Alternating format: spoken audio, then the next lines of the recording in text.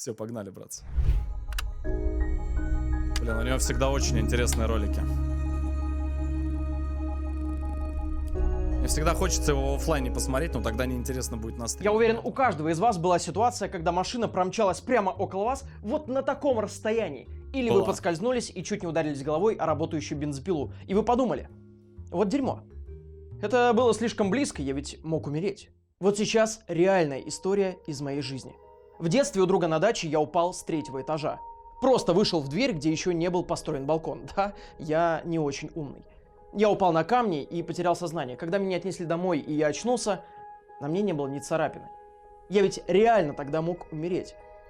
Или я умер?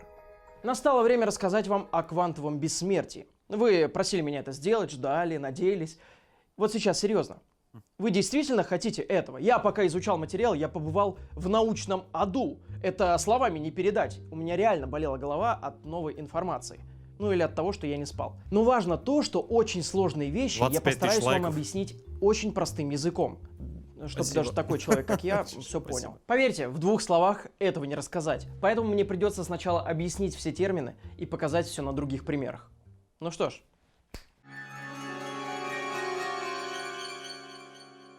Чтобы понять квантовое бессмертие, нам сначала нужно разобраться с котом Шрёдингера.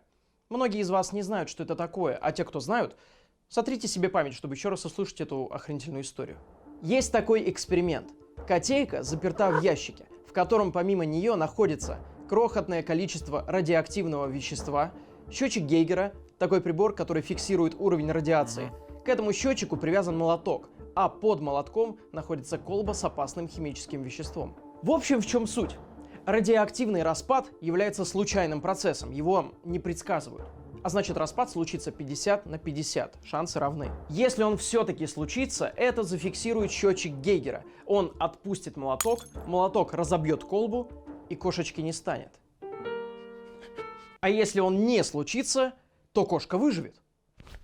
Но что этот эксперимент вообще значил? Так как мы не знаем, сработал счетчик Гейгера или нет, мы точно не можем Какой-то грустный эксперимент. знать, умерла кошка или нет. Пока туда не заглянули, разумеется. А пока мы туда не заглянули, мы задаем себе вопрос. Что в коробке? Что в коробке? Получается, для нас кошка одновременно жива и мертва. За нее можете не переживать, потому что это был мысленный эксперимент, который был придуман австрийским физиком-теоретиком Эрвином Шрёдингером в 1935 году. Интересный факт. Все говорят, что это кот Шрёдингера, а это на самом деле, исходя из оригинальной статьи, была кошка. Вот тебе и разоблачение. Пацаны, а куда Серега пропал? Да он вроде рэпером стал. Говорят, живет полной жизнью. Хутя, блядь! О, господи. Рэпер. Не знаю, для меня он умер. Серега Шрёдингер. Звучит как тост. Жалко пацана. Говорят, что татухи на лице набил. Дурак.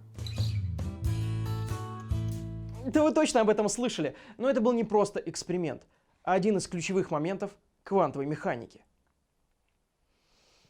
Поподробнее. У нас есть много разных миров, если вы не знали. Микромир, макромир и мегамир. Макромир — это наш привычный мир. Это камера, рука, тело, гитара, дом и даже снежный человек. Мегамир — это уже посерьезнее. Это планеты, солнечные системы и так далее. В общем, большие ребята. А вот с микромиром все сложнее. Это молекулы, атомы.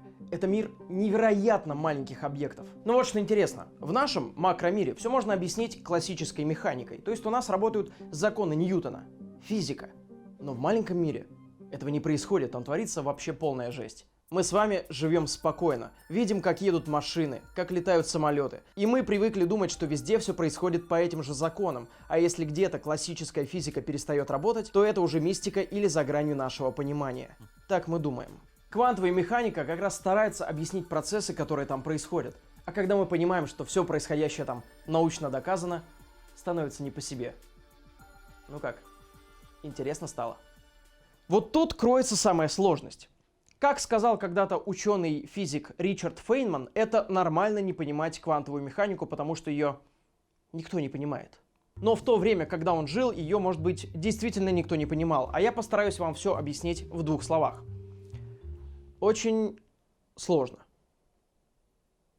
Вот эти два слова. В квантовой механике все находится в суперпозиции. Что это значит? Вот книга. Вы ее видите. Вот гитара. Вы ее видите. Ничего необычного. А теперь представьте, что моя комната — это квантовая система. И книга не лежит здесь просто так. Она находится в суперпозиции, а значит в нескольких возможных состояниях сразу. Она лежит тут, висит тут, повернулась сюда и так далее. Неужели это законно? Незаконно это ни хрена. Нам сложно представить, что какие-то вещи будут одновременно в двух разных местах. Но, как я уже сказал, в квантовой механике совсем другие правила. О нет. Это человек-суперпозиция.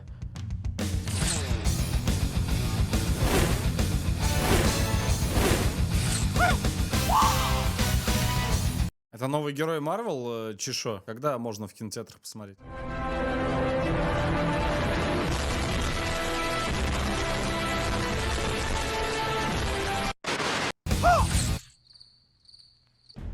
Где он? Я везде. Но в Плюс фобия, блядь. микромире вместо книги служат фотоны, электроны, в общем, все, что меньше атома. И происходит совершенно бред сумасшедшего. Нам, людям, не нравится, что они находятся в состоянии суперпозиции. Мы пытаемся понять, где же они на самом деле. Мы хотим выяснить их единственное положение. И в этот момент, когда мы пытаемся это выяснить, суперпозиция пропадает, и вы находите в комнате всего лишь одну книгу. Пердец. Это звучит глупо, но когда Ты ничего не понял, нет? Специально для стримеров и еще половины чата можно пояснительную бригаду. Я не понял, но очень интересно. мы пытаемся что-то измерить в квантовой механике, вся магия тут же пропадает. Объекты там настолько малы и чувствительны, что даже сам факт того, что мы пытаемся их измерить, нарушает их правила. Я тоже не сразу понял. Попытаюсь объяснить доходчивее. У нас есть бильярдный стол. На нем есть бильярдные шары. Так. Один шар бьет другой шар, и мы очень хотим зафиксировать траекторию. Мы берем фотоаппарат и просто фотографируем шар. Все, он продолжил катиться, мы ему не навредили.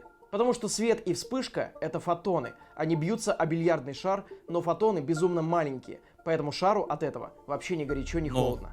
А теперь представьте, что будет, если на бильярдном столе будут фотоны, которые мы хотим зарегистрировать. Мы берем тот же, грубо говоря, фотоаппарат, стреляем фотонами в фотоны, они сталкиваются, и так как они одного размера, безусловно, меняют свою траекторию. Это я к чему?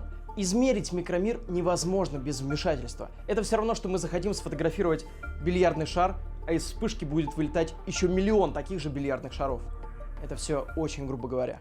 Если очень вкратце, наблюдение за микромиром меняет этот самый микромир. Мы видим уже не сам по себе объект, а то, что мы с ним сделали. Но что такое наблюдение? Мне этот вопрос очень долго не давал покоя. Вот я сейчас наблюдаю камеру. Вы через экран наблюдаете за мной, но в квантовой механике это совсем другое. Помню, был такой сериал научный с Морганом Фрименом. Он там сказал, что когда мы взглянем на фотон, мы тем самым поменяем его траекторию, из чего он сделал вывод, что может быть сама реальность нереальна, а изменена нами же, потому что мы на нее смотрим. This suggests that we can change the way reality behaves just by looking at it. Does this mean that reality itself is not real? Он сделал такой вывод, исходя из эксперимента на двух щелях, которые вы сейчас наблюдаете на экране. Если мы направляем свет через две щели, то фотоны ведут себя как волна. Это называется интерференция. И это совершенно нелогично на первый взгляд.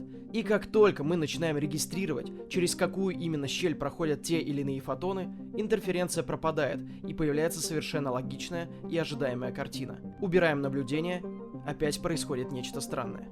Он породил огромный миф. Люди, когда это услышали, сказали: реально Типа, блядь, мы что, в Матрице, что ли, живем по факту? нереально, мы в Матрице. Заговоры. Это выражение мне нравится. Но на самом деле наблюдение и измерение объекта в микромире — это не наш взгляд, не какое-то разумное вмешательство, а всего лишь любой прибор, который может зафиксировать фотон или что-то другое. А эта фиксация в любом Подожди, что он сказал? Заговоры? случае будет воздействовать на очень маленький объект в микромире. Мистики тут никакой нет.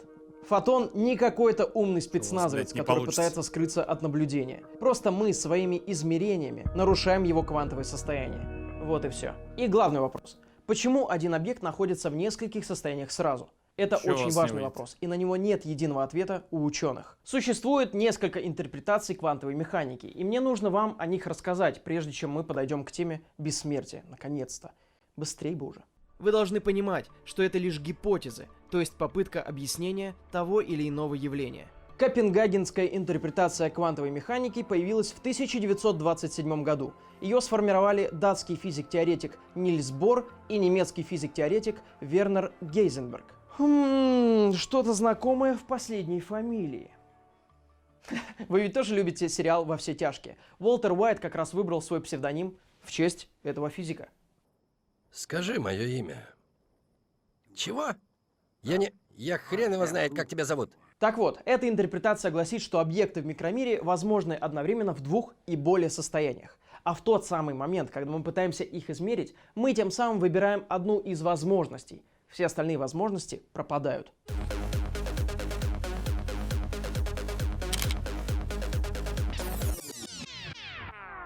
Все обломал, блин.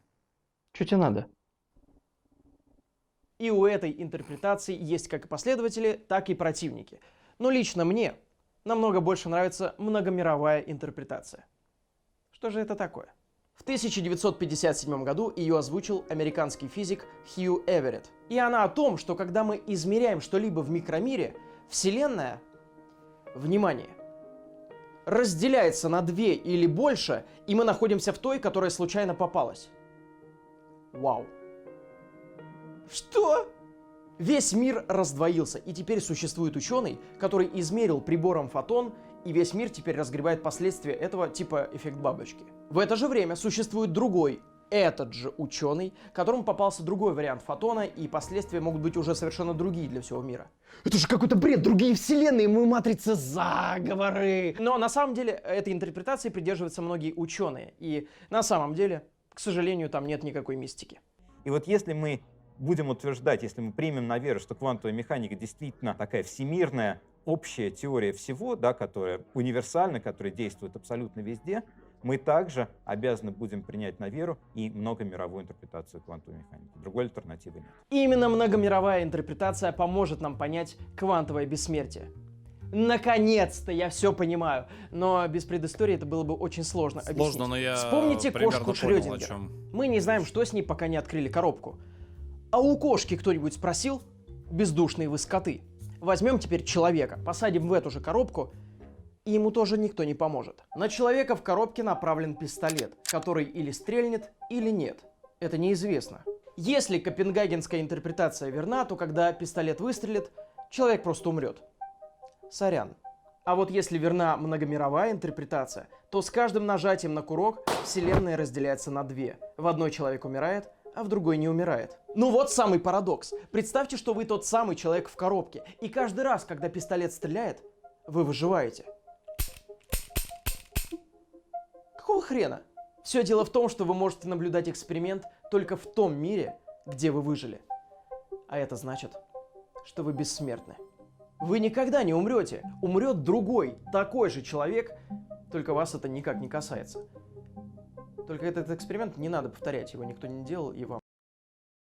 Слышь, кто там это? Ты давай это, не надо вот эти вот теории, вот эти вот теоремы, всякие вот эти вот заговоры. Вы давайте это, лучше живите, кайфуйте и там эти... Шуры-муры, вот эти вот чики-брики, чик-чирик. Не надо там ничего проверять, если даже кто умный. Хотя у нас таких нет. Кроме меня. Поверил. Ну и бредятина. Не советуется. Скорее всего, это не сработает просто. Эксперимент может считать удачным только человек в коробке. Вы постоянно выживаете, все отлично. Но это только в ваших вселенных. В других же, когда ученые откроют коробку, что они увидят? Правильно. Ошметки на стене от ваших мозгов. Здорово. Значит, есть еще несколько параллельных вселенных. Согласитесь, это безумно интересно. Это наводит на мысль, что вы никогда не сможете перестать существовать. Всегда произойдет то, что спасет вашу жизнь или сделает бессмертным. И если все это имеет место быть, вы только себе представьте, когда-то давным-давно Но спасет это не в этом мире, да, или не в этом, так скажем, разрезе времени, если уж брать эту теорию по-хорошему. То есть, если что-то с тобой случится, то где-то что-то с тобой не случится. Это очень странная, блядь, теория, которая, в принципе, имеет место быть, но зачем мне проверять где-то, что со мной не случится, если по факту здесь меня не будет? Ну, маленький такое, мальчик блядь. упал с 3-го этажа. Он не вырос, не начал интересоваться наукой, не открыл канал. И у него не появилось такой невероятной и крутой аудитории. Но это уже А это он про меня тоже, потому что я тоже на топ подписан. совсем другая вселенная. Нужно понимать, что у ученых нет единого мнения, как это все работает.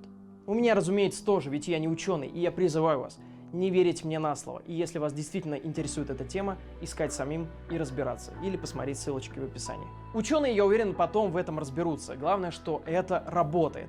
Благодаря квантовым технологиям мы получили Прикольная такие теория, крутые на штуки, самом как... деле. А давайте об этом в другой раз поговорим. Кстати, я в своем инстаграме скоро проведу конкурс, где разыграю свою гитару, которую я уже показывал. Она служила мне верой и правдой очень много лет. Я с ней выступал, она отлично звучит, в хорошем состоянии. Так как я решил точно ее разыграть, считайте, что она находится в состоянии суперпозиции. Она одновременно и у меня, и у кого-то из подписчиков. Вот, условия конкурса я расскажу в инстаграме, так что подписывайтесь. Да и вообще подписывайтесь, там фоточки, поем мы, каверы и вообще хорошее настроение и атмосфера. Всех вас жду. Я, конечно, ни на что, блядь, сейчас не намекаю, но именно вот здесь, под Новый год, мы разыграем машину. Вы думали, я забыл? А я вам говорил. Я кто на игровых стримах бывает? Вы что думали, я ее зажучил или это? Она год стоит, ждет своего этого владельца. Под Новый год. Так что ты понял, на стриме. Так что, если что,